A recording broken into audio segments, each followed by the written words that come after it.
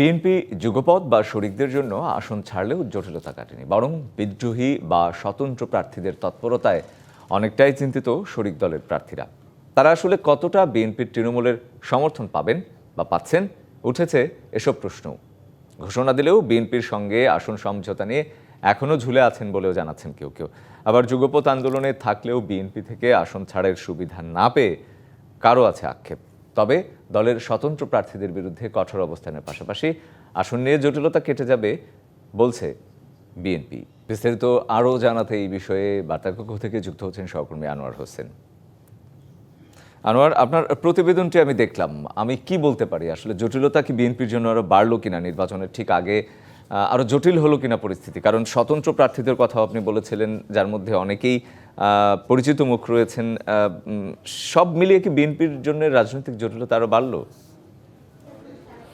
রঞ্জন, বিষয়টা হচ্ছে যে আসলে জটিলতার চেয়ে যদি আমি এইভাবে বলি যে অনেকগুলো বিষয় বিএনপিকে সামাল দিতে হবে সামনে, এটা আসলে বলা যায়। একদিকে যেমন তাদের যে ভোটের যে সমীকরণ আছে, এবার তো একটু অন্যরকম নির্বাচন নিঃসন্দেহে, সেটি বিভিন্ন মহল থেকে বলা হচ্ছে। এমনকি বিএনপির পক্ষ থেকেও, বিএনপির হাইকমান্ড আমরা বিভিন্ন সময় দেখেছি যে তার বক্তব্যে এই কথাগুলো উঠে এসেছে যে একটু অন্যরকম নির্বাচন, অনেকটাই কঠিন নির্বাচন সামনে। এই একটা দিক আছে। আবার দলের মধ্যে যে অবস্থাটি তৈরি হয়েছে বিএনপির, তাতে করে এই যে একটি অবস্থা, সেটিও একটি সামাল দেওয়ার ব্যাপার। অর্থাৎ কয়েকটি বিষয় এখানে সামনে আসছে, সেই বিষয়গুলোকে আসলে বিএনপিকে আসলে মোটা দাগে সামাল দিতে হবে সেই জায়গায়। আর নিঃসন্দেহে এই যে যুগপৎ আন্দোলনকারী যারা ছিল, শরিক যারা ছিল, তাদের সঙ্গে সমঝোতার যে নির্বাচন, আসন সমঝোতা নিয়ে যে সামনে নির্বাচনী যে এক ধরনের জোট, সেখানে কিছুটা কিন্তু এখন পর্যন্ত কিছু বিষয় কিন্তু এখানে আসলে রয়েই গেছে।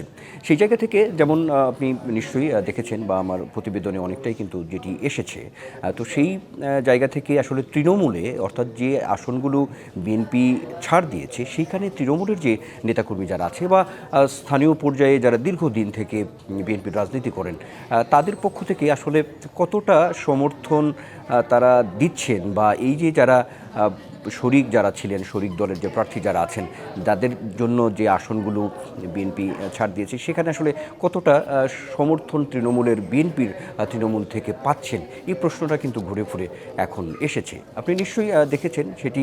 যদি আমরা দেখি যে অন্যান্য সব মিলিয়ে কিন্তু অনেকগুলো আসনে এখন পর্যন্ত শুধু যে যুগপৎ আন্দোলনকারী যারা আছে ছাড় দেয়া আসনগুলো ছাড়াও কিন্তু বাইরে আমরা দেখেছি তো নতুন এবং ফিরে আসা গ্রাহকদের জন্য নগদে চলছে ক্যাশব্যাক সহ প্রতিদিন হাজারো উপহার জেতার সুযোগ। হবে আশা আর ফেরা, সারপ্রাইজ সেরা।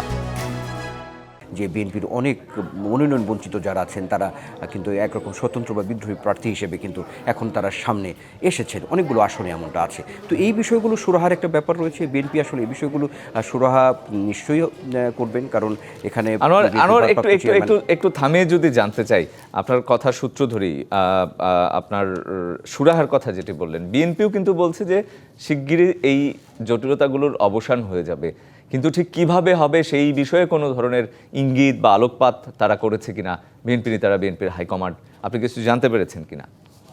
তো সেই জায়গা থেকে আমরা দেখেছি যে বিভিন্ন সময়, বিশেষ করে বিএনপি মহাসচিব বিভিন্ন এই যে সংবাদ সম্মেলনগুলো বা এই আসন নিয়ে যখন কথা হয়েছে, তখন তো বারবার এই প্রশ্নগুলো যখন সাংবাদিকদের কাছ থেকে গিয়েছে, তখন তো তাদের পক্ষ থেকে আসলে বলা হয়েছে যে অবশ্যই কঠোর ব্যবস্থা নেওয়া হবে, সাংগঠনিকভাবে একটু বড় আকারের সেই ব্যবস্থা হবে। এমনটা কিন্তু আমরা দেখেছি বিভিন্ন সময়ে নীতি নির্ধারণী পর্যায়ে নেতারা এখন পর্যন্ত কিন্তু এই কথাগুলো বলে যাচ্ছেন।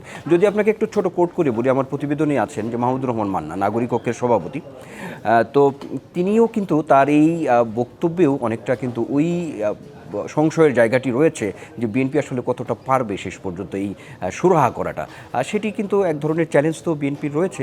তো সব মহলেরই একটি আশাবাদ আছে এখন পর্যন্ত, অন্যান্য যারা শরিক দলের প্রার্থী আছে, যে একটি সামঞ্জস্যপূর্ণ একটি অবস্থা পরিবেশ সামনে নির্বাচন ঘিরে হবে। অন্ততপক্ষে এই যে জটিলতাগুলো এখন পর্যন্ত কিছুটা আছে শরিকদের, সেটি হয়তো কেটে যাবে, এমন একটা আশা প্রত্যাশা তো মোটামুটি সব মহলেই আছে। রঞ্জন, একদম একদম। আনোয়ার, আপনাকে ধন্যবাদ।